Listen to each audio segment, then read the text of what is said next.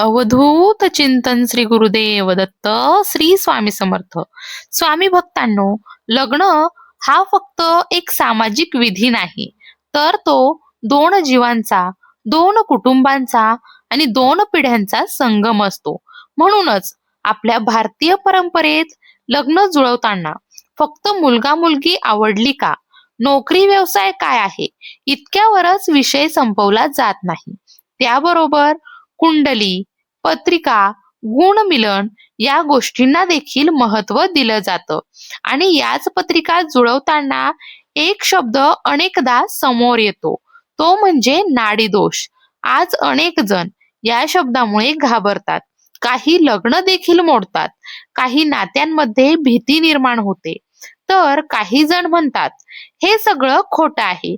म्हणूनच आज श्री स्वामी समर्थांच्या कृपेने आपण नाडीदोष या विषयाकडे भीतीने नाही, तर समजुतीने पाहणार आहोत.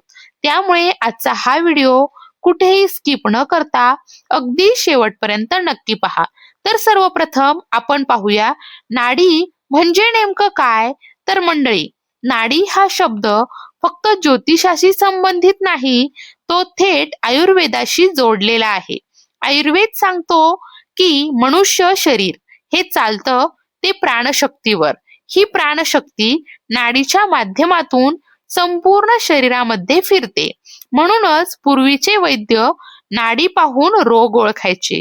ज्योतिषशास्त्रात देखील हीच नाडी मनुष्याच्या जन्म नक्षत्रावरून ठरते. नाडीचे प्रकार पहा. शास्त्रानुसार नाडीचे 3 प्रकार आहेत. आद्य नाडी ही वातप्रधान असते, मध्य नाडी ही पित्तप्रधान असते आणि अंत्य नाडी ही कफ प्रधान असते. याचा अर्थ असा की प्रत्येक माणसाची शरीर प्रकृती ही वेगळी असते.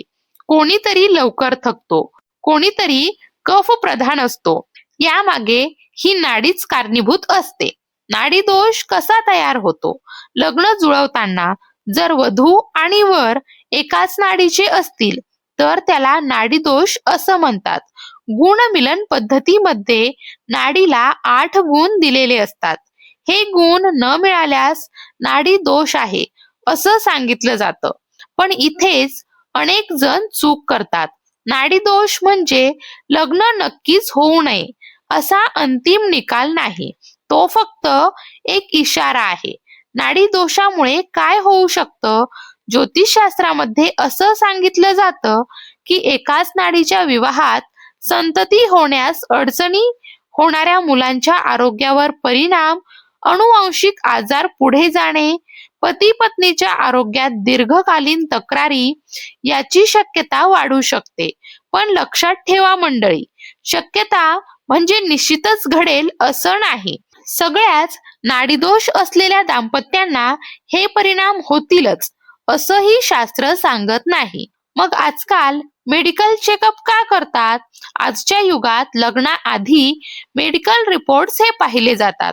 ब्लड टेस्ट, जेनेटिक टेस्ट, कौटुंबिक आजाराची माहिती हे सगळं तपासलं जातं. का? तर कारण भविष्यातील आरोग्य समस्या टाळण्यासाठी. हाच विचार पूर्वी आपल्या ऋषी मुनींनी नाडी दोषाच्या माध्यमातून मांडला होता. तेव्हा मेडिकल सायन्स नव्हतं, म्हणून आयुर्वेद आणि ज्योतिष हा आधार होता. ऍप्सवर दिसणारा नाडी दोष हा खरा असतो का? आज अनेक मोबाईल ऍप्स एका क्लिकवर सांगतात नाडी दोष आहे. पण मंडळी, हे ऍप्स फक्त गणित पाहतात, हे अपवाद पाहत नाहीत, योग्य तपासत नाहीत, ग्रहबल पाहत नाहीत. म्हणूनच फक्त ऍपच्या आधारावर लग्नाचा निर्णय घेणं हे धोकादायक ठरू शकतं. नाडी दोष हा कधी रद्द होतो, ही सगळ्यात महत्वाची गोष्ट आहे. काही परिस्थितीमध्ये नाडी दोष हा रद्द मानला जातो. जसं नक्षत्र एक पण चरण वेगळा, रास वेगवेगळ्या, नक्षत्रांचे अधिपती वेगळे, गुरु किंवा शुक्र बलवान, कुंडलीमध्ये शुभ योग असेल, तर हे सगळं फक्त तज्ञ ज्योतिषच अचूक सांगू शकतात. लग्न झाल्यावर नाडीदोष कळाला तर काय करायचं? अनेक वेळा प्रेमविवाहामध्ये पत्रिकाच पाहिली जात नाही. नंतर संतती अडचण, आरोग्य समस्या आल्यावर नाडीदोष कळतो. अशा वेळी घाबरू नका. ज्योतिषशास्त्रात काही उपाय देखील सांगितले आहेत.